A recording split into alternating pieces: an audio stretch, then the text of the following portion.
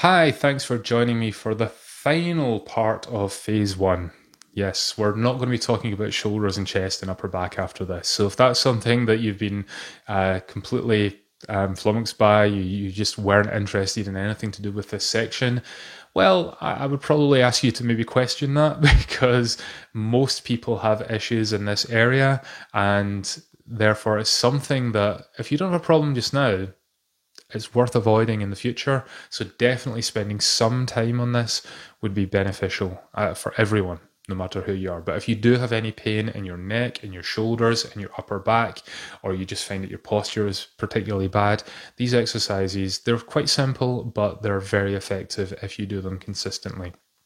So we're on a phase four. It's the last one, but it's the same sequence as all the others. Four exercises, two on mobility, two on strength. One of each requires no equipment, one of each requires a small amount of equipment. And if you do need equipment and you don't have equipment at the moment, then have a look in the link in the description below and see if you can find something you can pick up that's going to be both beneficial and pretty cost effective. So, getting on to this one because it's the last one, and you know the script by now. If you've just jumped straight into this video, go back and watch parts 1, 2, and 3. But the exercises this time around for the body weight mobility one, we're looking at a prone shoulder external rotation lift off. Now, for this one, actually, this involves strengthening as well, but because it involves range of motion, then I'm putting it under mobility. So when you're lying face down on the ground, all you're really trying to do is see how far you can push your hand back by externally rotating through the shoulder. That's kind of it. But this is a much more detailed video that I've done for this one because there are, obviously, if you are pretty restricted here, then what do you do? What if you can't lift your hand off the ground at all? Then where could you go with that? So I've given a couple of variations on the exercise to show different ways that you can start to try and progress with this one exercise. So have a look at the whole video, see which ones are right for you. This one might take more than the minute that I usually say it would take for most of these exercises the first time round, simply because you've got two or three things to try out.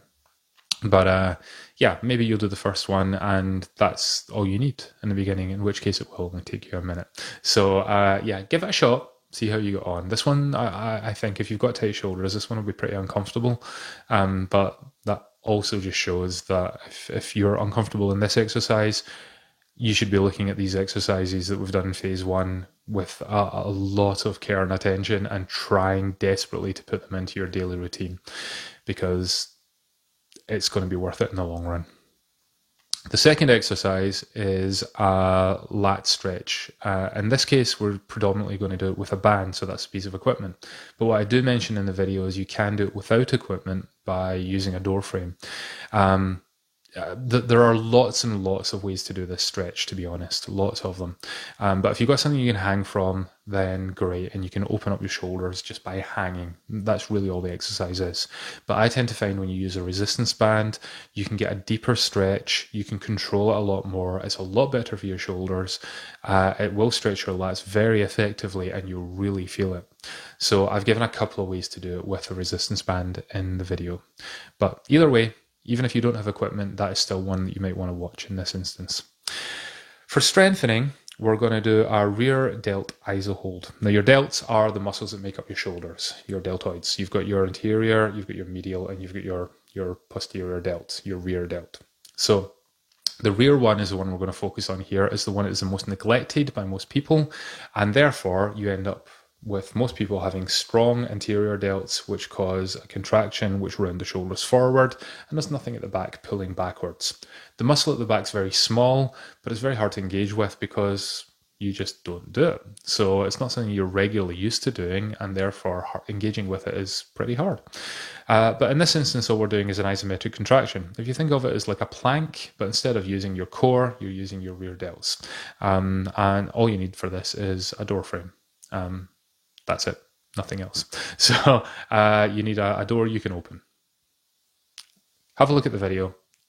See what you think. This one's one that is, it's not hard because you're just standing there and pushing, but trying to connect with the right part of the body is important. So really spend some time trying to get your brain to connect with the muscle that is involved, which is the one up here at the back of the shoulder.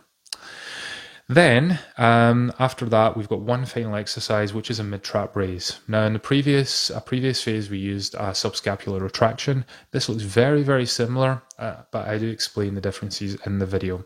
This is really worth it because it will really strengthen up that middle part of your upper back and help strengthen up in a way that none of these other exercises have really managed to do.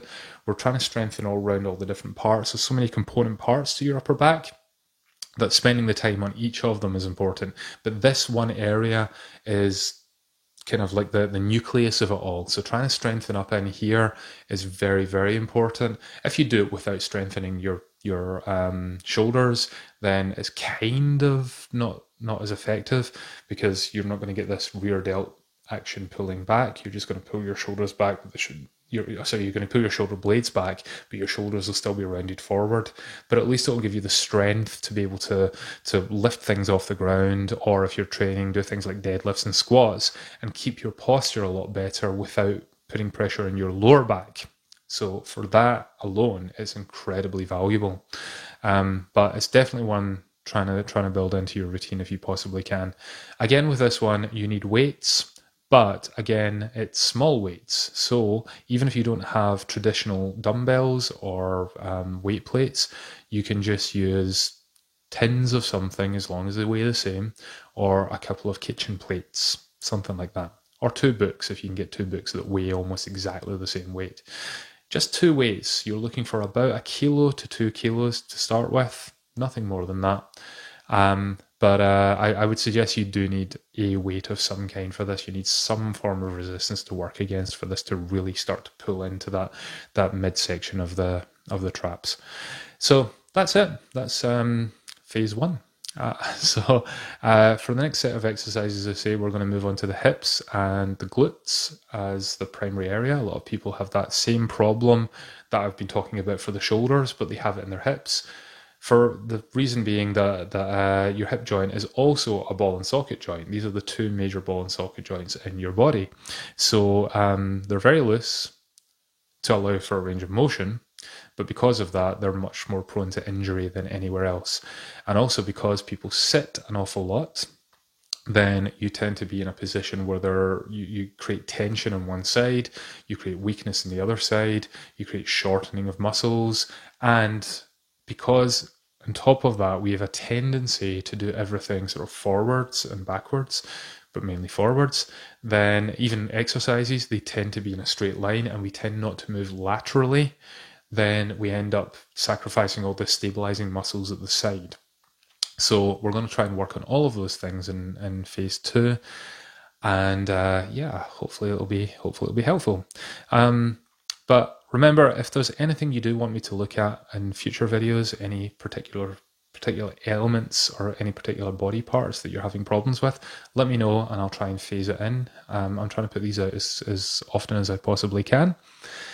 And I'm hoping that while we're still in this situation where a lot of people have to work from home, that you're going to take the time that you maybe used to use for traveling or just stressing out while you were at work because you're constantly getting bombarded by other people, and just give yourself 2 or 3 minutes just to try and work on your longevity and overall health of your body. I hope you find these useful. As I say, any feedback, completely welcome. I'm doing these for you, so hopefully you're using them. And if you're not using them, or if you feel that you need something else, then let me know, because it's a better use of my time as well. But for now, give them all a shot. See if you can try and build something together for yourself to put together a little program, even if it's only 3 exercises, 4 exercises a day. That should only take you maybe 3 or 4 minutes a day. Give yourself that gift of looking after your body, a little tune-up every single day. You'd be surprised the benefits that can have when you're consistent. But as I say, I hope they've been helpful. And for the moment, stay safe, stay strong, and I'll see you next time.